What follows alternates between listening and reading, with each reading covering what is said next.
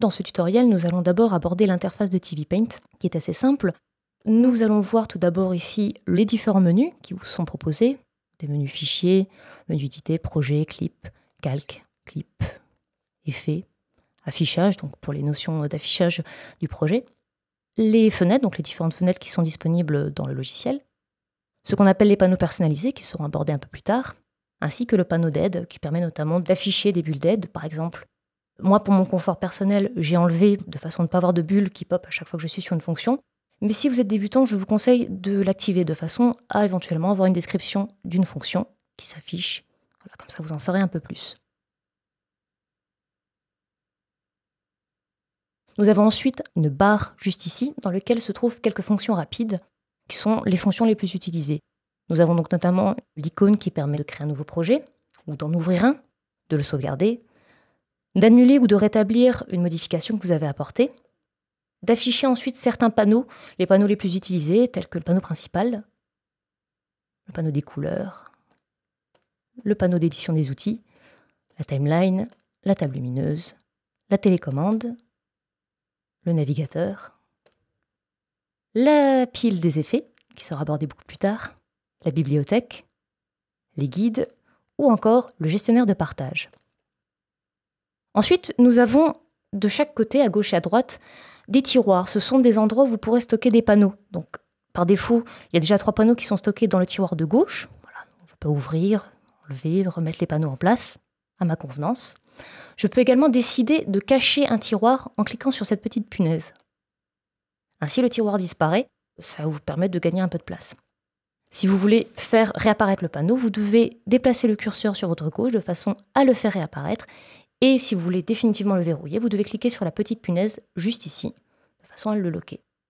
Vous pouvez faire exactement la même chose du côté droit, puisqu'il y a un tiroir également à droite, tac, qui apparaît. Vous pouvez verrouiller en cliquant sur la petite punaise et que vous pouvez du coup déverrouiller en recliquant sur la punaise. Ensuite, vous avez bien évidemment l'espace de dessin, celui où vous pouvez dessiner. Alors attention, je vous informe que vous ne pouvez pas dessiner en dehors de l'espace de dessin.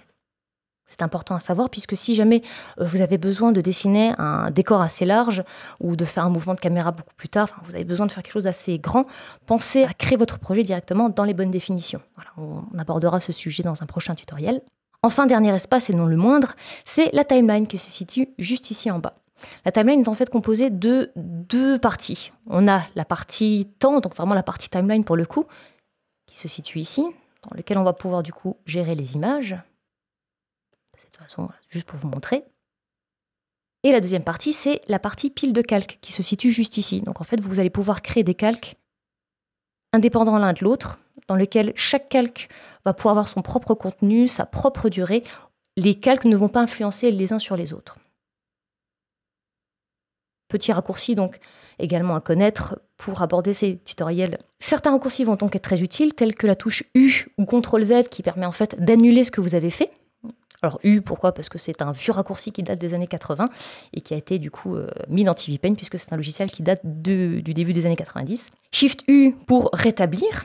Vous pouvez sinon après paramétrer un raccourci qui permet de rétablir ce que vous avez fait. Il n'y en a pas un par défaut, mais voilà, vous pouvez plus tard l'établir vous-même. D'autres raccourcis très utiles, notamment pour déplacer la fenêtre de dessin. La touche clé, c'est la touche Alt. Touche non paramétrable, la seule et unique touche que vous ne pouvez pas modifier. Donc la touche Alt va vous permettre d'un simple clic gauche de déplacer votre espace de dessin. Pour dézoomer comme je viens de le faire juste avant, il vous faut maintenir de nouveau Alt et utiliser le clic droit de votre souris ou de votre stylet, parce que c'est quand même plus confortable d'utiliser une tablette sur TV Paint. Voilà, en faisant un clic droit et en laissant le stylet flottant, vous n'avez pas besoin de toucher la tablette. En faisant un mouvement vers la gauche, vous allez dézoomer. En faisant un mouvement vers la droite, vous allez zoomer dans l'espace de dessin. Donc c'est très sympa puisqu'en fait, simplement en switchant d'un clic à l'autre, vous allez pouvoir très rapidement déplacer, rezoomer, dézoomer, rebouger. C'est très rapide. Il existe également d'autres raccourcis puisque certains n'aiment pas forcément utiliser la touche Alt, notamment pour le zoom. Vous avez la possibilité d'utiliser les symboles inférieurs et supérieurs. Voilà. Vous pouvez également utiliser les différentes petites fonctions que l'on trouve ici, notamment le plus et le moins qui permet également de zoomer, de dézoomer. Vous pouvez également utiliser cette petite croix à base de 4 flèches directionnelles qui permet en fait de déplacer le plan de travail. Donc en fait, vous maintenez le clic dessus et ça déplace, comme je l'ai fait juste avant avec la touche Alt. Pour le zoom, pour ceux qui l'auront peut-être remarqué, il y a également cet espace qui en fait vous indique le ratio de zoom. Et si vous cliquez sur les doubles flèches juste ici, voilà, en maintenant le clic à droite vous zoomez, à gauche vous dézoomez, très simple. Il existe également une autre fonction très sympathique à TV Paint, c'est le fait de pouvoir tourner l'espace de dessin. Pour faire cela, je dois appuyer également sur Alt, également sur la touche CTRL. Et là, on a même un petit disque d'animation, donc les animateurs traditionnels reconnaîtront, qui vous permet, voilà, qui vous symbolise le fait que vous pouvez tourner l'espace de dessin avec un simple clic gauche. D'ailleurs, lorsque vous utilisez Alt et CTRL, alors effectivement le pan, donc le déplacement du plan de travail n'est plus possible, mais le zoom reste faisable, toujours avec un clic droit et un zoom vers la droite ou vers la gauche.